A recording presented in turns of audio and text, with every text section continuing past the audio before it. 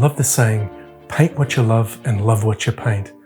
That really has been my career-long philosophy, because I find if I'm not fully in love with that idea, really have that desire to bring out the best in that subject, I may as well go on to a different subject. Boats, they're really a great passion for me, but nothing can correct anything if there's some compositional construction problems. But I think with this one, I think I might be able to overcome them. So let's see how I go. Now this is going to be a tricky one. Many a time I wouldn't sort of think of trying to paint this on site, mainly due to the sheer degree of difficulty in the drawing and in the painting.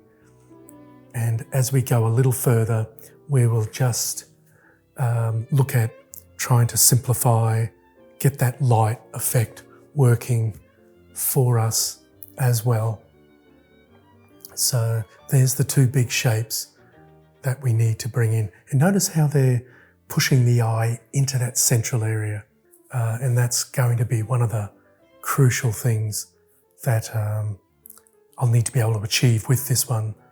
The interesting thing is when it comes to the more technically difficult, the degree of difficulty just gets raised right up. So that's where we do need to be really on song with our focal points, our drawing.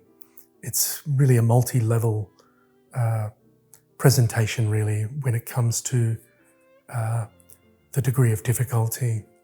In saying that, it's so important to stick to the basics and do the basics well.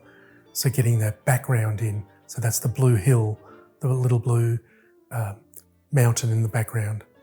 And actually the trickiest part I found and felt with this one was going to be this passage here, the mid-distance, because there was really too much of not much to be able to really anchor the eye on, compared to where the row of buildings and the boats and even the hill in the background, they were gold, they were great, but it's that mid-region of this one, and it was such an important area as well because it's going to link the left to the right, that whole mid-distance at the base of the train line, the buildings, because it's actually a horizontal, the train line does run horizontally in behind those buildings. But it really is a town region of ample subjects. There's, especially for boats, there's just so many great subjects that I've only really just started to touch on, where if I was doing this as a demonstration painting, I would be choosing, or I did choose something far simpler. But once again, if we just take one boat in the right light, in the right arrangement, still can be sensational. So that isn't to be underestimated either as a subject and degree of difficulty. So we've got the hillside in. Now I'm starting to bring these umbrellas in. It is another device to help tie the left to the right, providing a small little arrangement of shapes in front of the buildings as well. So this, when we look at a subject that we really just want background, mid-distance and foreground, this has fantastic foreground, excellent early mid-distance, but then the buildings are another level, then the blue shadow of that hill, then the hill in the background on the top left, and then the sky. So it's multi-layered. And there's a road actually coming down, or a pathway, I think more of a road, almost right underneath where my hand is there. And we'll see it a little later when I am doing that little element.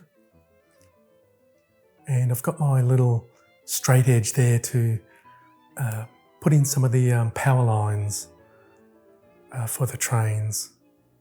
And I must say the trains are very comfortable, but quite expensive in between towns, just as a little word of warning. That was quite a surprise just for one stop. And the council or the government must know that it's half an hour drive or 5 minutes on the train. So they've got a captive audience there. to charge what they want, or it's an hour and a half walk up over hills as well.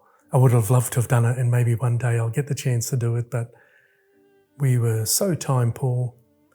Even though on the one day we thought we were going to have a train strike, so we thought to go out and paint, we may have to walk up over the hill, but it wasn't practical. We had 8 to 10 kilograms, nearly 20 pounds of gear each that we would have had to carry. So by the time we got there, we would have been exhausted and just wanted to have a sleep or a lay down.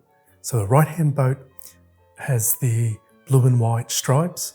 The left-hand boat just has an off-white canopy, but I deliberately put a yellow underneath. One, it's a warmer value, but also it's a fraction darker value as well as to the white that I'm going to bring on to finalise that shape. So I'm bringing in the smaller brushes just to gain a little more control, because there's no sense in going to a big brush if it's not going to achieve the effect that I'm after, I feel. And this is the similar brush that I would use for tractors, especially doing the finishing off of tractors, trains, cows, horses, when I start to get to those smaller shapes. Of course, big brush to start off with, or bigger brush. But I think it's also important to have a similar feel brush, similar fibre on certain shapes. Not all the time, but especially on, say, boats and those things, because we want a similar, in a lot of cases, a similar brush mark and feel to the small mark as to the big one as well. Probably the only time I find that may be altered is when I'm doing foliage or trees. I'll actually want the underpainting as devoid of texture, so it's the shadow, and then I'll come with the foliage where I want texture. I want the effect that it's looking like an organism that's growing three-dimensionally as well, but also you want some of that texture to come towards the viewer to be able to just subtly create the depth and distance. This one I really did play around with the painting after we finished filming.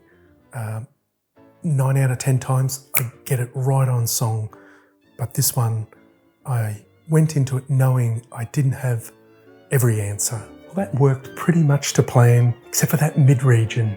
It's something that I think I have needed and will need to rework and nuance and play with. And sometimes the best trick is to just not look at a painting for 1-5 days. The trick is to have that fresh eye, because no matter how much we love that subject, we will, like the old saying goes, like all true love, we're blinded by its faults. So, hope you enjoyed this one. All the best. Bye for now.